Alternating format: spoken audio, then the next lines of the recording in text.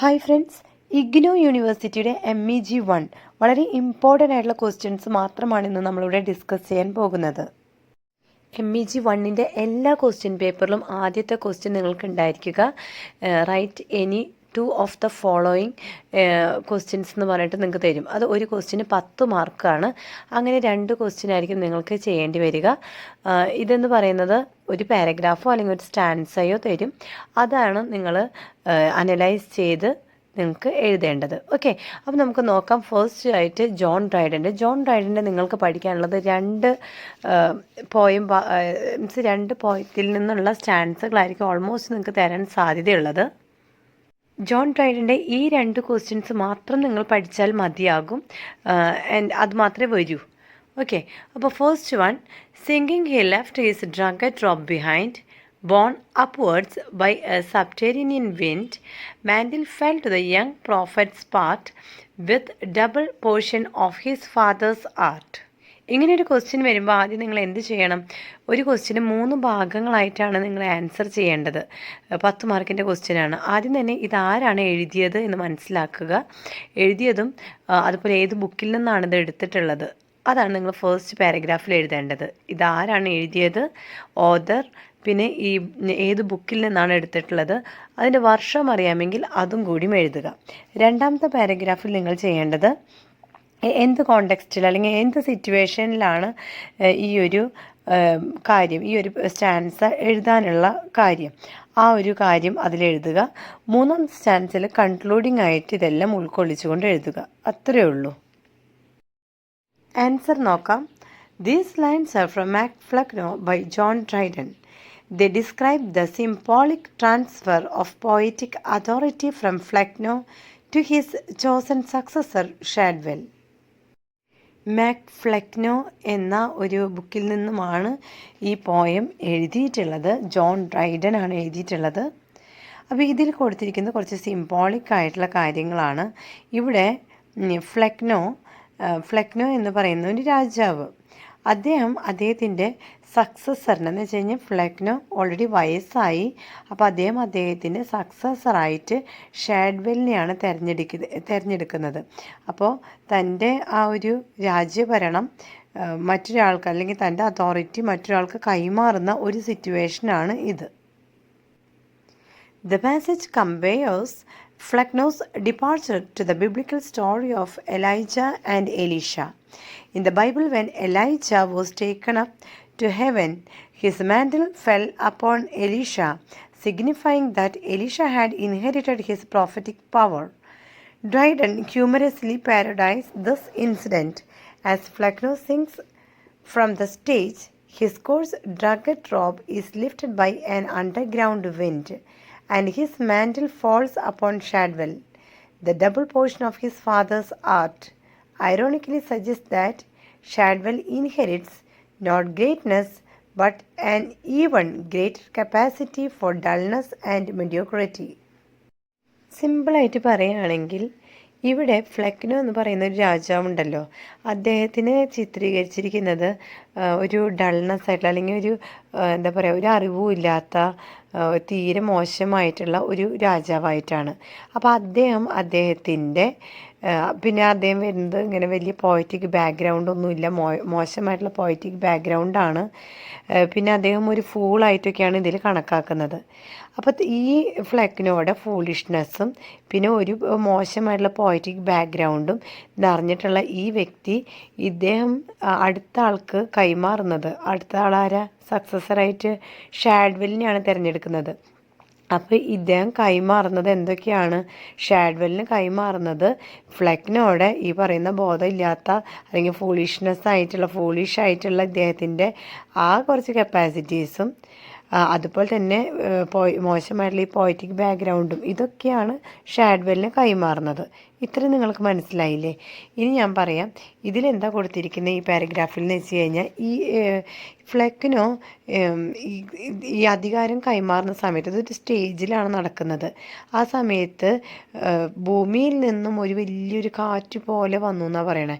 എന്നിട്ട് ഫ്ലെക്കിനോ ധരിച്ചിട്ടുണ്ടായിരുന്ന ഒരു ഡ്രഗറ്റ് ഉണ്ട്. ഡ്രഗറ്റ് എന്ന് പറയുന്നത് തീരെ വില കുറഞ്ഞിട്ടുള്ളൊരു മോശമായിട്ടുള്ളൊരു റോബാണ്, ഡ്രഗറ്റ് റോബ്.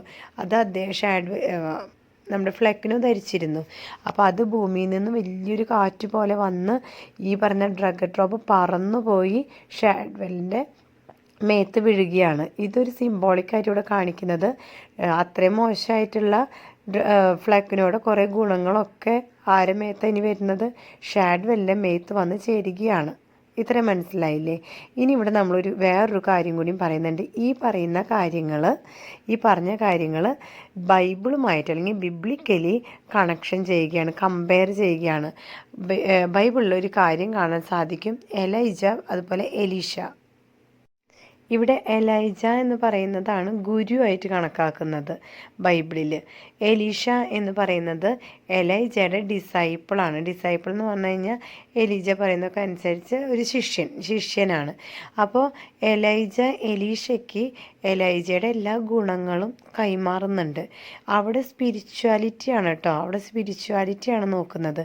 ഇവിടെ അപ്പോൾ ഇങ്ങനെ കമ്പാരിസൺ നടത്തുമ്പോൾ ഫ്ലെക്കിനോ സ്പിരിച്വാലിറ്റി ഒന്നുമല്ല തൻ്റെ, അല്ലെങ്കിൽ ഒരു ഗുണമല്ല, തൻ്റെ ഫൂളിഷ്നെസ്സാണ് കൈമാറുന്നത്. ഓക്കെ, അതുപോലെ ഈ ഒരു ഇത് പറന്നു പോകുന്ന കാര്യം പറഞ്ഞല്ലോ, ഡ്രഗറ്റ് റോബ് പറന്നു പോയി ഷാഡ്വെല്ലിൻ്റെ മേത്ത് വീണു എന്ന് പറഞ്ഞില്ലേ. ഇവിടെ എലൈജയുടെയും എലീഷയുടെയും എന്താ നടക്കുന്നതെന്ന് വെച്ച് കഴിഞ്ഞാൽ എലൈജയിൽ നിന്നും ഒരു മാൻഡിലാണ് പറന്നു പോയി എലീഷയുടെ മേത്ത് വന്ന് വീഴുന്നത്. അവിടെയാണ് കമ്പാരിസൺ നടക്കുന്നത്. അപ്പോൾ എലൈജയുടെ പ്രോഫറ്റിക് പവർ മുഴുവൻ എലീഷയ്ക്ക് വന്ന് വീഴുകയാണ് ചെയ്യുന്നത്. ഇവിടെ ഫ്ലെക്കിനോടെ ഫുളിഷ്നെസ് ആയിട്ടുള്ള കാര്യങ്ങളൊക്കെയാണ് ഷാഡ്വെല്ലിൻ്റെ മേത്ത് വന്ന് വീഴുന്നത്. ഇതൊരു ഹ്യൂമറായിട്ടുള്ള അല്ലെങ്കിൽ സറ്റായറിക്കലി എഴുതിയിട്ടുള്ള ഒരു പോയമാണ്. The imagery is deliberately comic. Instead of Elijah's glorious ascent to heaven, Flecknoe merely sinks away, emphasizing his insignificance. The subterranean wind further mocks the heroic style by replacing divine intervention with an absurd underground force. Dryden's use of the mock heroic style transforms a sacred biblical episode into a satirical attack on Shadwell. ഇവിടെ ബൈബിളുമായിട്ട് connect ചെയ്യുമ്പോൾ Elijah ഇങ്ങനെ ചെയ്തതിന് ശേഷം Elijah പിന്നീട് എന്തായി മാറുകയാണ്, ഹെവനിലേക്ക്, സ്വർഗത്തിലേക്ക് അദ്ദേഹം എടുക്കപ്പെടുകയാണ് ചെയ്യുന്നത്. തൻ്റെ മാൻഡിൽ പോയി എലീഷയുടെ മേത്ത് വീണു. അതിനുശേഷം എലൈജ സ്വർഗത്തിലോട്ട് പോവുകയാണ് ചെയ്യുന്നത്. ഇതാണ് ക്രിസ്തീയ വിശ്വാസം. അതേസമയം ഇവിടെ ഫ്ലെക്കിനോ എന്താ ചെയ്യുന്നതെന്നറിയോ? ഫ്ലെക്കിനോ അപ്രത്യക്ഷമാവുകയാണ് ചെയ്യുന്നത്. തൻ്റെ ഈ പറയുന്ന ഡ്രഗറ്റ് റോബ് ഒരു സബ്സ്റ്റേറിയൻ വിൻഡ് എന്ന് വെച്ചാൽ ഭൂമിയിൽ നിന്ന് അത്ര വലിയൊരു വിൻഡ് വന്ന് ആ സാധനം പറന്നു പോയി ഷാഡ്വെല്ലിൻ്റെ മേത്ത് വന്ന് വീഴുകയും പിന്നെ ഈ പറയുന്ന ഫ്ലെക്കിനോ അവിടുന്ന് ഡിസപ്പിയർ ആവുകയാണ് ചെയ്യുന്നത്. അപ്പോൾ ഇതിൻ്റെ തമ്മിലുള്ള വ്യത്യാസങ്ങളാണ് കേട്ടോ. നമുക്ക് അതൊരു ഹ്യൂമറസ് പോയിന്റിൽ അല്ലെങ്കിൽ ഒരു കോമിക് ആയിട്ടാണ് ഇവിടെ അവതരിപ്പിച്ചിട്ടുള്ളത്.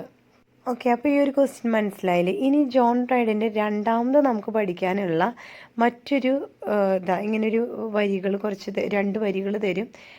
All human things are subject to decay and when fate summons, monarchs must obey. These lines are from John Dryden തന്നെയാണ്, ഞാൻ എഴുതിയിട്ടില്ല അവിടെ.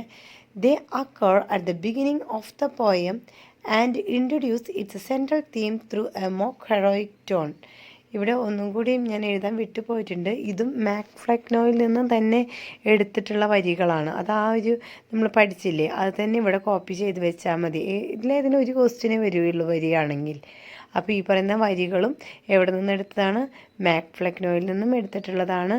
ജോൺ ഡ്രൈഡൻ ആണ് ഇത് എഴുതിയിട്ടുള്ളത്. ഇതൊരു മോക്ക് ഹെറോയിക് പോയമാണ്. അത് ഇപ്പോൾ നമ്മൾ നേരത്തെ പഠിച്ചതും മോക്ക് ഹെറോയിക് പോയമാണ്. അപ്പോൾ ഒരു രീതിയിൽ പഠിച്ചു വെച്ചാൽ മതി. The lines, all humane things are subject to decay and when fate summons, monarchs must obey, express the universal truth that everything created by human beings is temporary. No matter how powerful or glorious a person may be, all must eventually submit to the power of fate and the inevitability of death. Even kings and rulers cannot escape this universal law. ഇവിടെ കാണുന്ന വരികളാണ്. All human things are subject to decay and when fate summons monarchs must obey. ഇത് എന്താണ് പറയുന്നത് നമ്മളോട്? മനുഷ്യനാൽ നിർമ്മിതപ്പെട്ട എല്ലാം തന്നെ temporary ആണ്. ഇതൊന്നും കാലാകാലം നിലനിൽക്കുകയില്ല. ഈ പറഞ്ഞോണം മനുഷ്യനാകട്ടെ അല്ലെങ്കിൽ മനുഷ്യൻ ക്രിയേറ്റ് ചെയ്ത എന്തും ആവട്ടെ, അതിപ്പോൾ പവർ ആണെങ്കിലും ഫെയ്റ്റ് ആണെങ്കിലും എല്ലാം ഈ പറയുന്ന മരണത്തോടു കൂടി എല്ലാം അവസാനിക്കും എന്നാണ് പറയുന്നത്. അതുകൊണ്ട് തന്നെ കിങ്സോ റൂളേഴ്സോ അങ്ങനെ ഏത് വലുത് ചെറുത് എന്നൊന്നുമില്ല, എല്ലാവരെയും ഡെത്ത് വന്ന് കൊണ്ടുപോകും, മരണം വന്ന് കൊണ്ടുപോകും. അപ്പോൾ ഈ കൂട്ടി വെച്ചിരിക്കുന്ന സമ്പാദ്യമായാലും ഈ കൂട്ടി വെച്ചിരിക്കുന്ന ഈ പറയുന്ന നമ്മളുടെ പവറാണെങ്കിലും ഒന്നും തന്നെ നിലനിൽക്കാൻ പോകുന്നില്ല, എല്ലാം അവസാനിക്കും. Dryden uses these grand philosophical statements ironically. Although the lines sound solemn and dignified, they are applied not to a great emperor or heroic ruler, but to Flecknoe, a poet whom Dryden ridicules as the king of dullness. By giving Flecknoe the elevated treatment usually reserved for epic heroes and monarchs, Dryden creates a humorous contrast between the lofty style and the insignificant subject. This contrast is the essence of the mock heroic technique. ഈ പോയത്തിലുണ്ടല്ലോ Dryden വളരെ ഇങ്ങനെ വലിയ രാജാവിന് അല്ലെങ്കിൽ വലിയ അധികാരികൾക്ക് കൊടുക്കുന്ന കുറേ അധികം സിമ്പിൾസും കാര്യങ്ങളൊക്കെ കൊടുത്തിട്ട് വളരെ റെസ്പെക്റ്റ്ഫുള്ളിയാണ് സംസാരിക്കുന്നതെങ്കിലും അത് ഭയങ്കര പരിഹസിച്ചുകൊണ്ടാണ് അങ്ങനെ റെസ്പെക്റ്റ് കൊടുക്കുന്നത്. ശരിക്കും പറഞ്ഞു കഴിഞ്ഞാൽ ഈ പറയുന്ന ഫ്ലെക്നോ ഒരു ഡൾനെസ് ആയിട്ടുള്ള ഒരു മനുഷ്യനാണ്, അല്ലെങ്കിൽ കിങ് ഓഫ് ഡൾനെസ് എന്നാണ് അദ്ദേഹത്തിനെ വിശേഷിപ്പിക്കുന്നത്. എന്ന് വെച്ച് കഴിഞ്ഞാൽ ഒട്ടും തന്നെ അറിവോ ബുദ്ധിയോ ഒന്നുമില്ല, ഒക്കെ മണ്ടത്തരങ്ങൾ മാത്രമാണ് ഈ ചെയ്യുന്നത്. പക്ഷേ വലിയ രാജാവിനൊക്കെ കൊടുക്കേണ്ട പദവിക്ക് കൊടുക്കുന്ന രീതിയിലാണ് ഈ പറയുന്ന പോയം ക്രിയേറ്റ് ചെയ്തിരിക്കുന്നത്. അതെന്താണെന്ന് വെച്ചാൽ ഒരു ഹ്യൂമറസ് കൊണ്ടുവരാനും അതുപോലെ തന്നെ ഒരു സറ്റാരിക്കൽ സ്റ്റൈൽ, മോക്ക് ഹെറോയിക് ടെക്നിക്കാണ് ഇദ്ദേഹം ഇവിടെ യൂസ് ചെയ്തിട്ടുള്ളത്. The opening also prepares readers for Flecknoe's abdication, since age and fate spare no one. Flecknoe decides to choose a worthy successor to continue his kingdom of dullness. He selects Shadwell, whom Dryden satirically presents as the perfect heir because of his exceptional lack of wit and imagination. ഇവിടെ നമ്മൾ ഓർമ്മിപ്പിക്കുന്ന ഒരു കാര്യമാണ് ഏജും അതുപോലെ ഫെയ്റ്റും. Spare no one, നമുക്ക് വയസ്സാണെങ്കിലും നിലനിൽക്കുന്ന ഒരു കാര്യമല്ല, ഫെയ്റ്റ് ആണെങ്കിലും നിൽക്കുന്നില്ല, അതൊക്കെ മാറി മറിഞ്ഞു പോകും. അപ്പോൾ ഇവിടെ ഫ്ലെക്നോയുടെ അടുത്ത സക്സസറായിട്ട് വരുന്നത് ഷാഡ്വെല്ലാണ്. അപ്പോൾ ഫ്ലെക്നോയുടെ എല്ലാ ഗുണങ്ങളും ഈ പറയുന്ന ഷാഡ്വെല്ലിൻ്റെ മേലെയാണ് ചെന്ന് ചേരുന്നത്. അപ്പോൾ അതൊരു സറ്റാരിക്കലായിട്ട് അദ്ദേഹം പ്രസൻറ്റ് ചെയ്യുന്നതാണ്. ഇദ്ദേഹം ഒരു പെർഫെക്റ്റ് ഹെയർ ആണ് എന്ന് പറയുന്നത്. എന്ന് വെച്ച് കഴിഞ്ഞാൽ തനിക്ക് ശേഷമുള്ള മനുഷ്യൻ പെർഫെക്റ്റ് ആയിട്ടുള്ള ഒരു ആളിനെ തന്നെയാണ് ചൂസ് ചെയ്തിട്ടുള്ളതെന്ന് പറയുകയാണ് ഇവിടെ. പക്ഷെ അദ്ദേഹത്തിനും ഇവിടെ ഇനി വരാൻ പോകുന്ന അടുത്ത ഫൂളാണ് എന്നുള്ള രീതിയിലാണ് ഇവിടെ കളിയാക്കിക്കൊണ്ട് ഈ തരത്തിലുള്ള കുറച്ച് വേർഡ്സും സെൻറ്റൻസസും ഒക്കെ കൊണ്ട് ഡ്രൈഡൻ ഉദ്ദേശിക്കുന്നത്. Thus, these lines establish both the universal theme of mortality and the satirical framework of the poem. Dryden combines philosophical reflection with irony to mock Flecknoe and Shadwell, making the opening one of the most memorable examples of Restoration satire.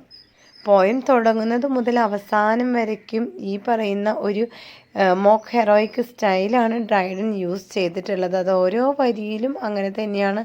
പലതരത്തിലും അദ്ദേഹം എക്സാമ്പിൾസൊക്കെ കൊടുത്തുകൊണ്ടാണ് ഈ ഒരു പോയത്തിൻ്റെ ഒരു frame work. അടുത്തതായിട്ട് നമ്മൾ പഠിക്കാൻ പോകുന്നത് Edmund സ്പെൻസറിൻ്റെ വർക്കുകളാണ്. First one, ye learned sisters which have oftentimes been to me aiding others to adorn, whom ye thought worthy of your graceful rhymes, that even the greatest did not greatly scorn, to hear their names sung in your simple place. These lines are from, it's taken from എപ്പിത്തലമിയോനാണ്, ഞാൻ അതിൽ എഴുതിയിട്ടില്ല. It's written by Edmund Spenser, taken from Epithalamion.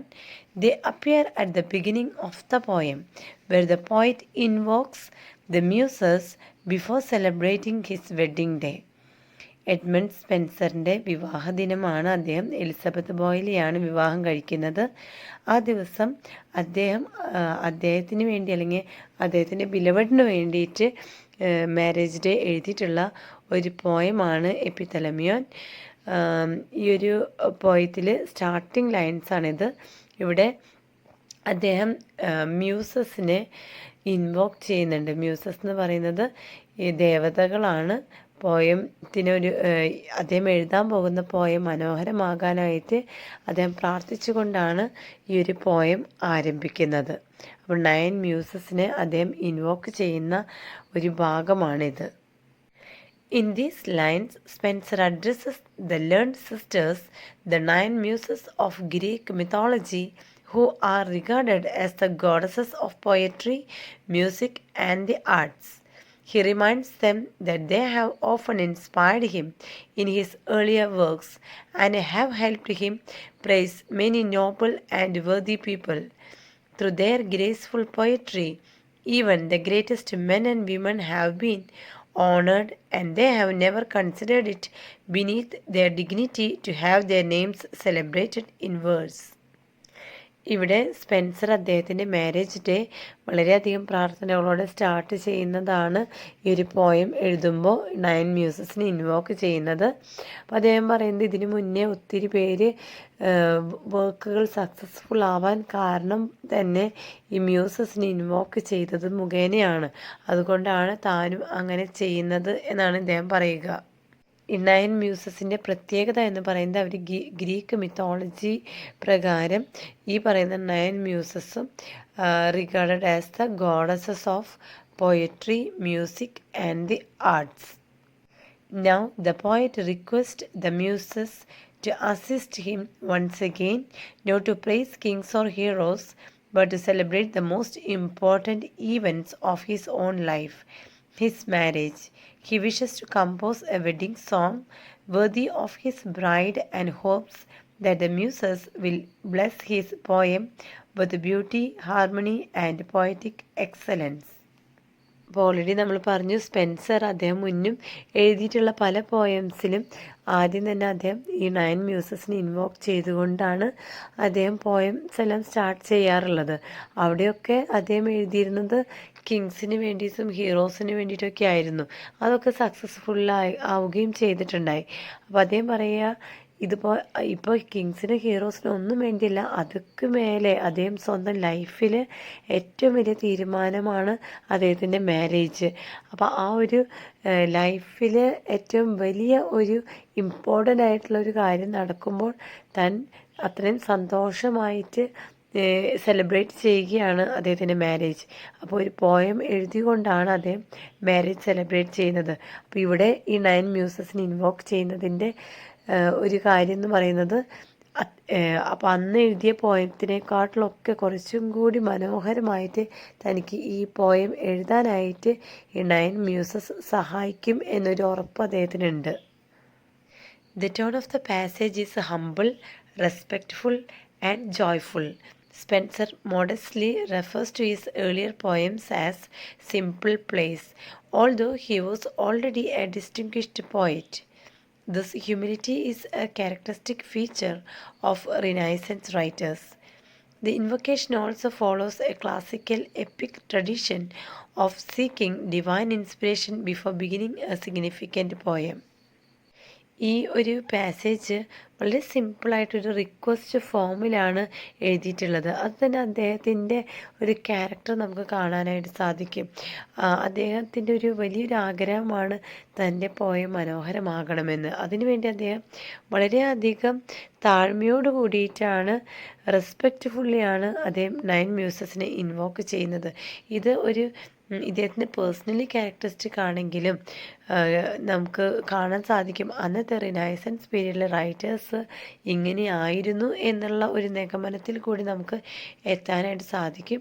Divine inspiration ഓരോ കാര്യങ്ങൾക്കും ഉപയോഗപ്പെടുത്തുന്നത് ഒരു classic EPIC ട്രഡീഷനായിട്ട് പോലും മാറിയിട്ടുണ്ടായിരുന്ന സമയമാണത്. പിന്നെ ഈ ഒരു പോയത്തിൻ്റെ പ്രത്യേകത എന്ന് പറയുന്നത് നമ്മൾ ഓൾറെഡി പഠിച്ചു കഴിഞ്ഞു. അത്രയും സിഗ്നിഫിക്കൻ്റ് ആയിട്ടുള്ളൊരു ഈവൻ്റാണ് സ്പെൻസറിൻ്റെ ജീവിതത്തിൽ നടക്കാൻ പോകുന്നത്.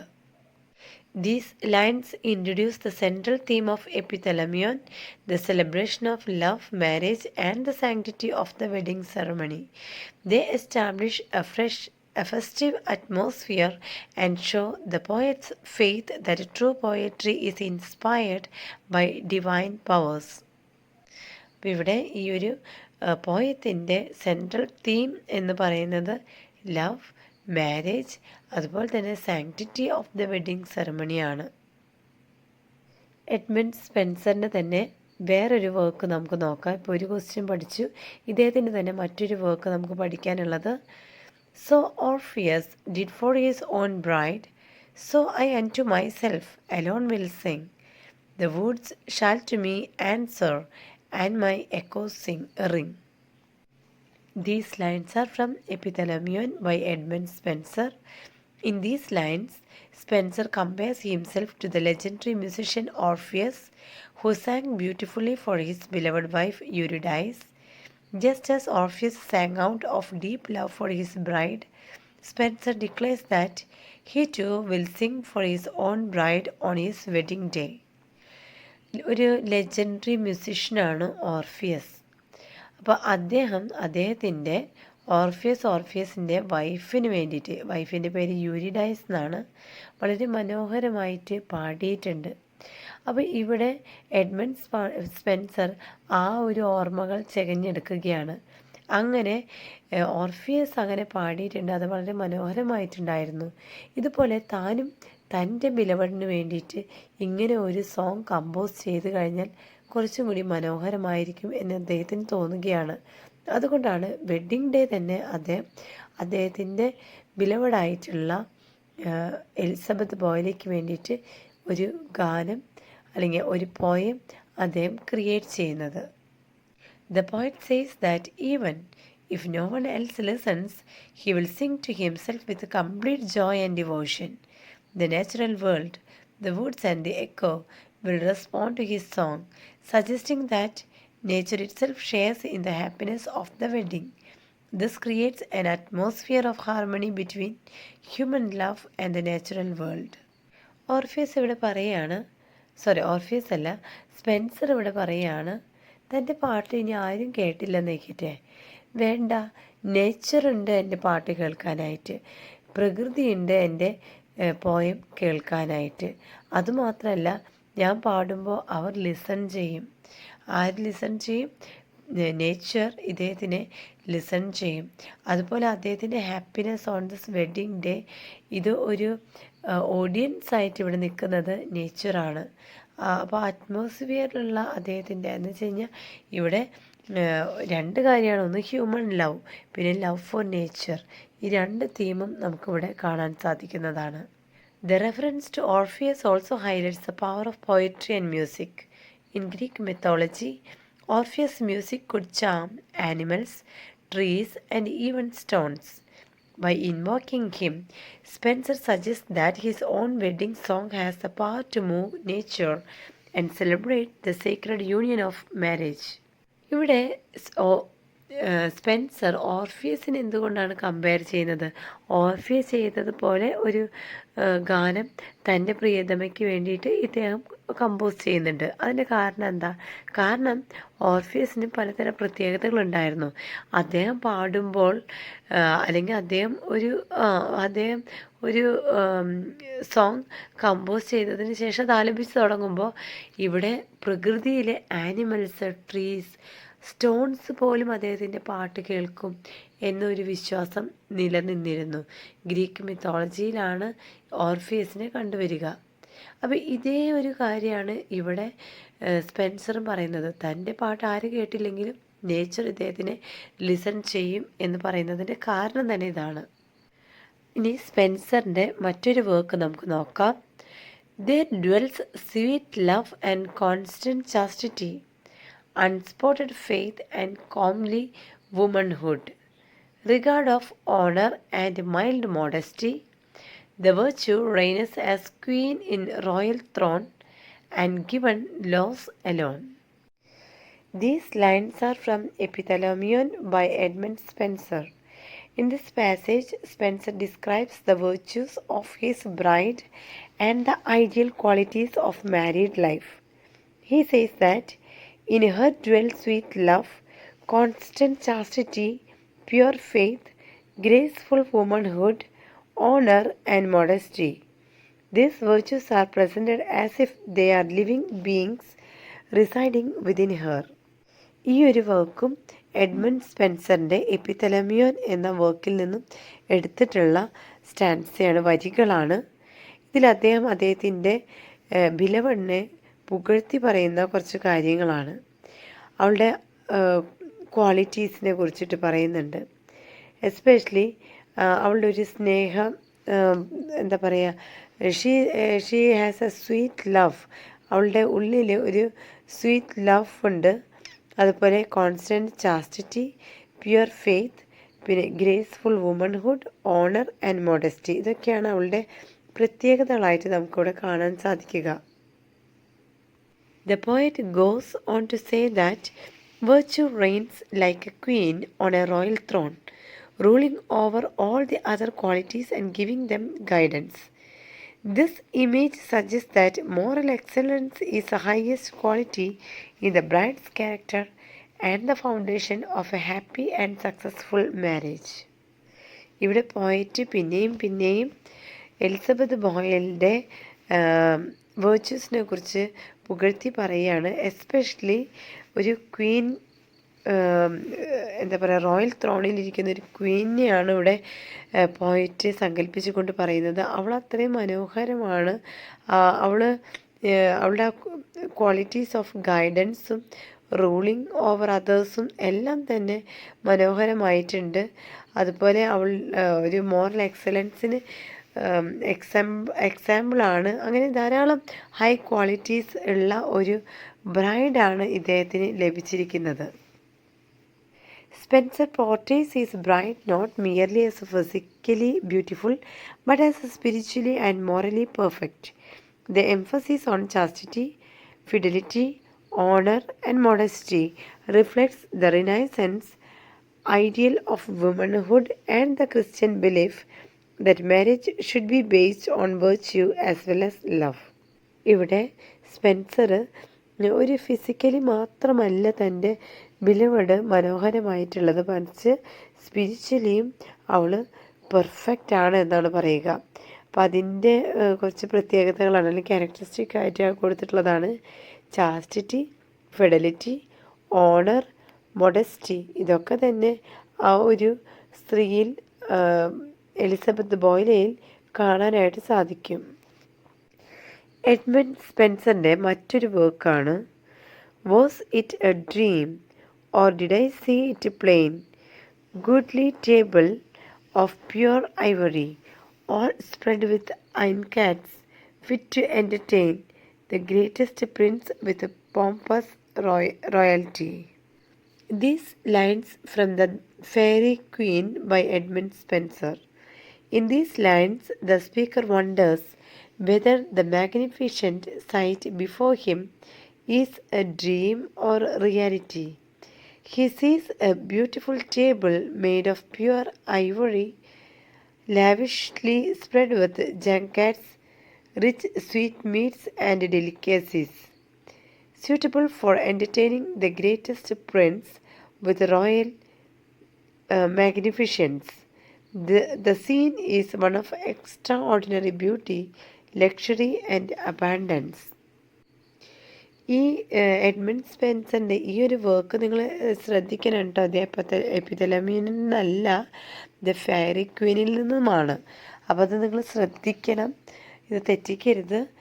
അതുപോലെ ഇപ്പോൾ ഇവിടെ സ്പീക്കർ പറയുകയാണ് തൻ്റെ മുന്നിലിരിക്കുന്ന ഈ പറയുന്ന വണ്ടേഴ്സ് എന്ന് വെച്ച് കഴിഞ്ഞാൽ വളരെ മനോഹരമായിട്ടുള്ള ആർഭാടമായിട്ടുള്ള കാര്യങ്ങളാണ് ഇവിടെ സ്പെൻസറിൻ്റെ മുന്നിൽ ഉള്ളത്. ഇതൊരു ഡ്രീമാണോ അത് റിയാലിറ്റി ആണോ എന്ന് അദ്ദേഹത്തിന് മനസ്സിലാകുന്നില്ല. ഇവിടെ ഇദ്ദേഹത്തിന് മുന്നിൽ ഉള്ള ഒരു ടേബിളിൻ്റെ പ്രത്യേകത പറയുന്നുണ്ട്, pure Ivory. Made of pure Ivory എന്ന് വെച്ച് കഴിഞ്ഞാൽ അത്ര റിച്ച് ആയിട്ടുള്ള ഒരു കാര്യത്തെക്കുറിച്ചിട്ടാണ് ഇവിടെ പറയുന്നത്. ടേബിൾ പോലും പ്യുവർ ഐവറിയിലാണ് ഉണ്ടാക്കിയിരിക്കുന്നത്. അതുപോലെ അതിൻ്റെ മുകളിലാണെങ്കിൽ റിച്ച് സ്വീറ്റ് മീറ്റ്സും ഡെലിക്കസീസ് എല്ലാം തന്നെ നിരത്തിയിരിക്കുന്നുണ്ട്. ഇതെല്ലാം തന്നെ ഒരു ഗ്രേറ്റസ്റ്റ് ആയിട്ടുള്ള പ്രിൻസിനെ, റോയൽ മാഗ്നിഫിഷ്യൻസിനെ ഒക്കെ കാണിക്കാനായിട്ടാണ്, അല്ലെങ്കിൽ അവരോടനുബന്ധിച്ചുള്ള ഒരു ലക്ഷറിയസ് ലൈഫ് സ്റ്റൈലാണ്, ഒരു extraordinary beauty, luxury and അബാൻഡൻസിനെ കാണിക്കാനായിട്ടാണ് ഈ ലൈൻസ് തന്നിട്ടുള്ളത്. ഹവർ the splendor is deceptive. The table is part of the house of pride, ruled by Lucifera, where outward beauty conceals inner corruption. The luxurious feast symbolizes worldly temptation, pride, vanity, and material excesses. Spencer uses this contrast to warn that external appearances can be misleading and that worldly pleasures often hide moral and spiritual danger. ഈ ഒരു table എന്ന് പറയുന്നത് ആ ഒരു ഹൗസിൻ്റെ പ്രൈഡായിട്ടാണ് കണക്കാക്കുക. അവിടുത്തെ റൂളറിൻ്റെ പേരാണ് ലൂസിഫെറ. അവർ outward beauty conceals inner corruption. കണ്ടോ, പുറമേ നല്ല ബ്യൂട്ടിഫുള്ളാണ്, പക്ഷേ ഉള്ളിൽ കംപ്ലീറ്റ് കറപ്ഷനാണ്. ഇവിടെ നമ്മൾ നേരത്തെ പറഞ്ഞു ഒരു ടേബിളിനെ കുറിച്ചിട്ടും അതുപോലെ തന്നെ അതിൻ്റെ മുകളിൽ നിരത്തി വെച്ചിരിക്കുന്ന ഭക്ഷണങ്ങളെ കുറിച്ചിട്ടും. ഇതെല്ലാം തന്നെ അവരുടെ പ്രൈഡിനെ കാണിക്കാൻ വേണ്ടിയിട്ടാണ്. അവിടെ ഒരു ഫീസ്റ്റാണ് നടക്കുന്നത്, ഒരു ലക്ഷൂറിയസ് ഫീസ്റ്റാണ്. അത് കമ്പയർ ചെയ്യുന്നത് worldly temptation, pride, vanity, material excess എന്നീ കാര്യങ്ങളെ കുറിച്ചിട്ടാണ്. ഇവിടെ സ്പെൻസർ പറയുകയാണ്, എക്സ്റ്റേണൽ അപ്പിയറൻസസ് ഒക്കെ ഇന്ന് കാണുന്നത് നാളെ കാണില്ല. അത് മിസ്ലീഡ് ചെയ്യും, നമ്മളെ തെറ്റായ വഴിക്ക് നയിക്കും.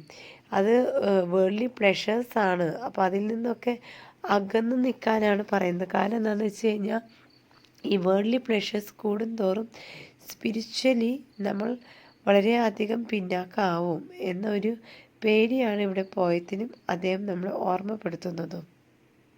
The passage reflects the central moral purpose of the fairy queen. Virtue should triumph over vice, and true goodness is more valuable than wealth and luxury. ഈ ഒരു പോയത്തിൻ്റെ മെയിനായിട്ടുള്ള തീം എന്ന് പറയുന്നത് കിടക്കുന്നത് ഈ പറയുന്ന പാസേജിലാണ്.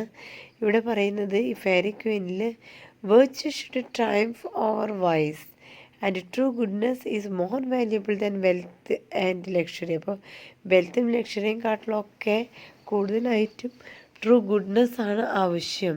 അതുപോലെ വേർച്യു എന്ന് പറയുന്നത് വയസ്സിനെയും കാട്ടിലും കൂടുതലായിട്ട് അതിന് നിലനിൽപ്പുണ്ട്.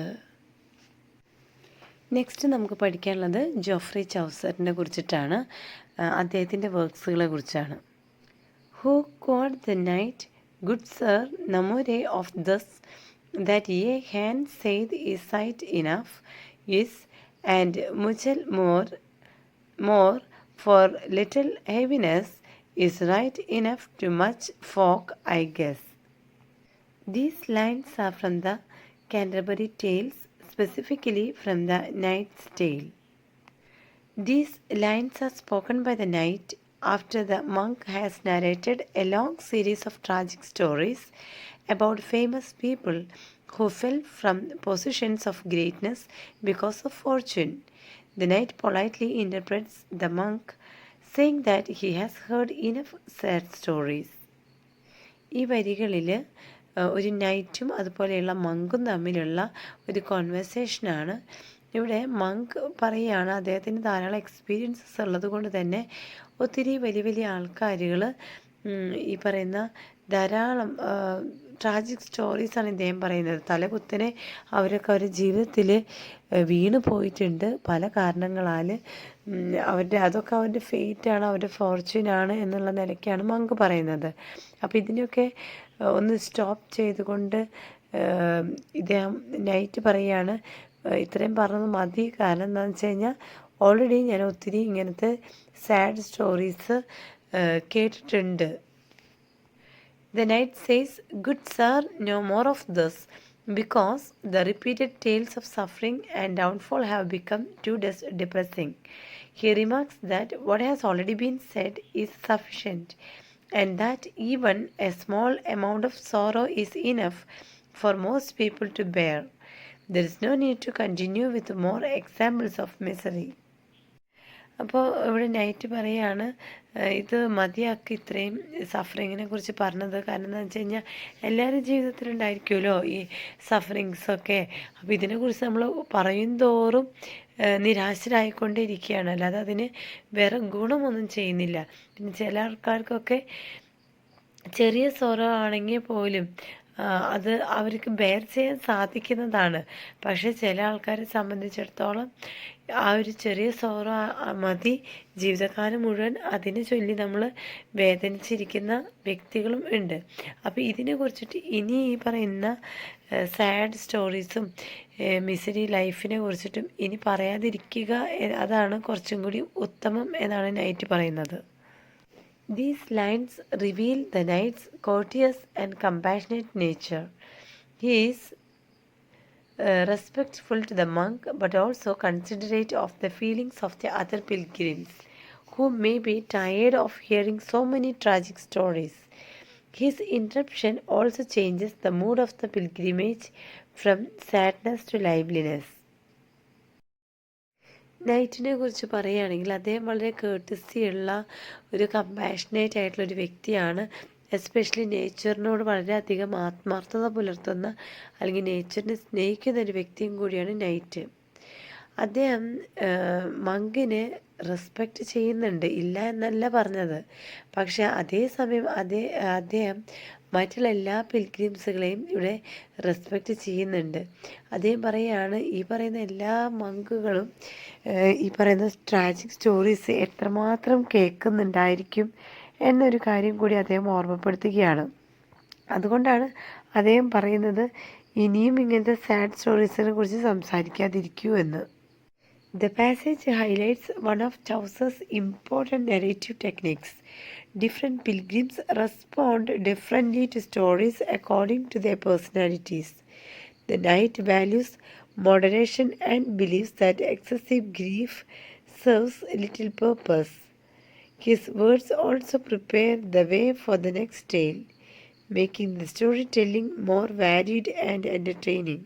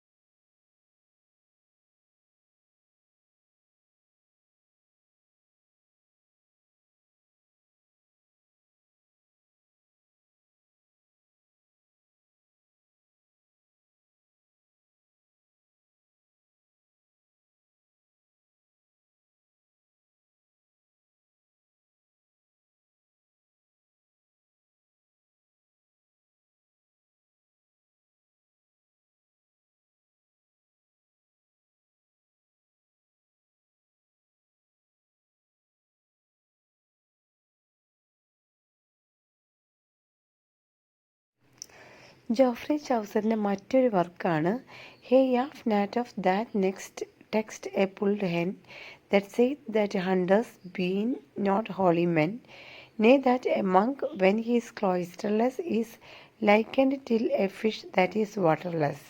ഇതിൽ ഓൾറെഡി ഞാൻ എൻ്റെ പ്ലേലിസ്റ്റിൽ നിന്ന് നിങ്ങൾക്ക് കാണാവുന്നതാണ്. ഓൾറെഡി ഞാനൊരു വീഡിയോ ഇതിൻ്റെ ചെയ്തിട്ടുണ്ട്. അപ്പോൾ അതിൽ നിന്ന് നിങ്ങൾക്ക് അതിൻ്റെ കംപ്ലീറ്റ് ആൻസർ എടുത്ത് കാണാവുന്നതാണ്. ഇനി കുറച്ചും കൂടി നമുക്ക് കവർ ചെയ്യാനുണ്ട്. അപ്പോൾ ഓൾറെഡി ഇതൊരു ലെങ്തി വീഡിയോ ആയതുകൊണ്ട് ഞാനിവിടെ വെച്ച് അവസാനിപ്പിക്കുന്നു. വീഡിയോ ഇഷ്ടമായെങ്കിൽ ലൈക്ക് ചെയ്യണം, കമൻറ്റ് ചെയ്യണം, അതുപോലെ തന്നെ സബ്സ്ക്രൈബ് ചെയ്യാൻ മറക്കരുത്. അപ്പോൾ ഇനിയും എൻ്റെ വീഡിയോസ് ആവശ്യമാണെങ്കിൽ ദയവ് ചെയ്ത് കമൻറ്റ് ചെയ്യൂ. Okay, so thank you. So once again, thank you for watching the video. We'll meet you with the next video. By then, take care and goodbye.